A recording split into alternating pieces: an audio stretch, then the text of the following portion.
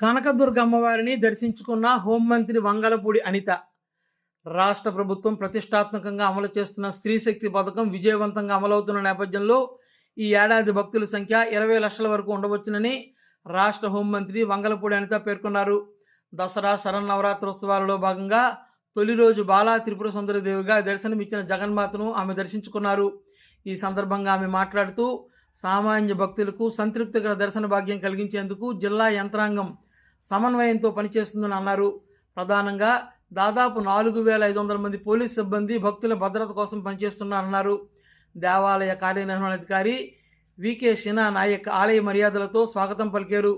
దర్శనం అనంతరం వేద పండితులు అమ్మవారి చిత్రపటాన్ని ఇచ్చి ప్రసాదాలు అందజేశారు. లాస్ట్ ఇయర్ ఓవరాల్ గా ఎంతమంది వచ్చారు, ఈసారి ఎంతమంది వస్తారు అన్న బ్యారేజ్ వేసుకుని అటు దేవాదాయ శాఖ అదేవిధంగా ఓవరాల్ అడ్మినిస్ట్రేషన్ దగ్గర 36 విభాగాలన్నీ కూడా ఇక్కడ కూర్చొని ఏర్పాట్లన్నీ కూడా సమీక్షించడం జరిగింది. సుమారుగా పోలీస్ సిబ్బంది దగ్గర 4500 మంది పోలీసు సిబ్బంది కూడా ఈ రోజు ఇక్కడ డిప్లాయ్ అయి ఉన్నారు. ఏ భక్తులకి కూడా అసౌకర్యాలు కలగకుండా ఉండాల్సిన బాధ్యత కూడా ఈ రోజు గవర్నమెంట్ తీసుకుంది. ప్రత్యేకంగా ఈ నవరాత్రి ఉత్సవాల్లో లాస్ట్ ఇయర్ సుమారుగా 13 లక్షల మంది ఈ నవరాత్రి ఉత్సవాల్లో పాల్పంచుకున్నారు అని చెప్పి మన దగ్గర నివేదికలు కూడా ఉన్నాయి. దాన్ని బేస్ చేసుకుని ఈ సంవత్సరం డెఫినెట్ గా పెరుగుతారు అనే ఉద్దేశంతో ఇంచుమించుగా ఒక 20 లక్షల మంది భక్తులు వచ్చినా కూడా ఎటువంటి ఇబ్బంది కలగకూడదు అనే ఉద్దేశంతో ఈ రోజు గవర్నమెంట్ చాలా నిర్ణయాలు తీసుకుంది. సెపరేట్ గా ముసలి వాళ్ళకి గానీ పిల్లలున్న వాళ్ళకి గానీ సెపరేట్ క్యూ లైన్స్ గానీ విఐపీస్ కి కూడా ఒక స్లాట్ ఏర్పాటు చేసుకున్నాం. ఆ స్లాట్ బేస్ చేసుకునే వాళ్ళు విఐపీస్ కూడా వచ్చి దర్శనం చేసుకుంటారు. అదే విధంగా విఐపీస్ ఉన్నా విఐపీస్ వచ్చినా కూడా సాధారణ భక్తులకు ఎక్కడ కూడా ఎటువంటి ఇబ్బంది లేకుండా